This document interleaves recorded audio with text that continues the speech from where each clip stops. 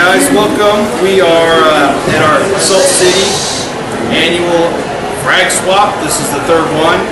We are going to be doing a fragging demonstration with the inland saw, which has been donated by Pat at Aquarium Wholesales.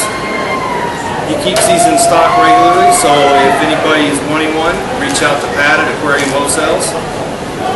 What we're going to be doing today is going through and fragging some corals, and I want to be using a frag saw.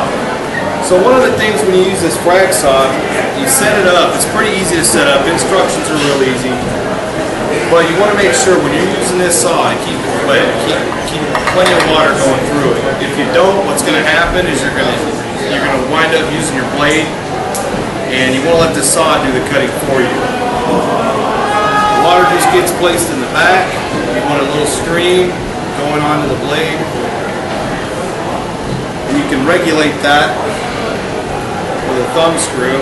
I usually just get it in a slow grip.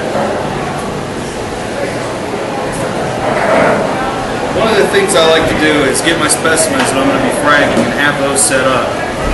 And then I have a container here to kind of rinse it out. That way, when you set your specimens into the area, you can actually see what you're fragging.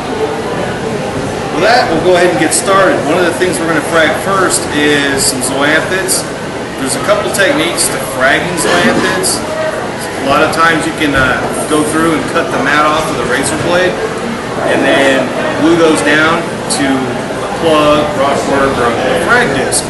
I like using the frag saw because you can get a sharp cut and you can actually get more out of the column. We'll go ahead and start this up.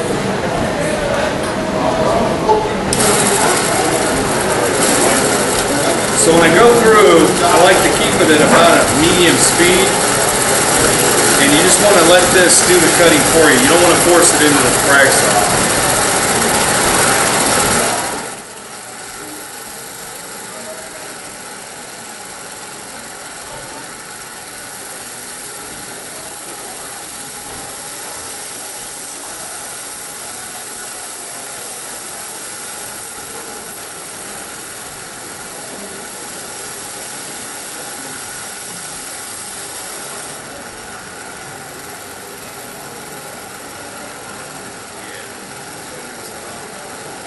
Now the first initial pass, I just try to thin it out, and you can go through and cut it some more, but on this actual specimen, I'm just going to go ahead and thin it out and cut it into 4 sections.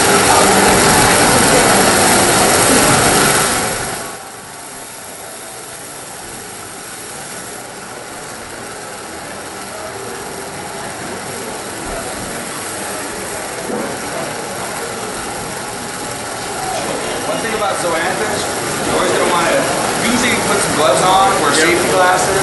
Milo's an experienced veteran, and he's not doing that today, but I tell you what, You should. You don't want to get any open sores or any cuts with these zoanthids. Be real careful. And you definitely want to use protection when possible. You get those in your eyes, that's not good.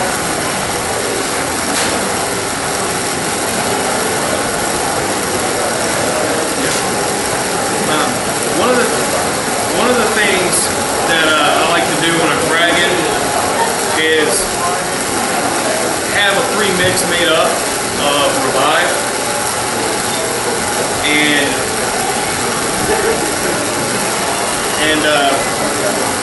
you want to do 1 capful per gallon, and that's going to help out the corals when you're actually fragging them up. It'll help them with stress.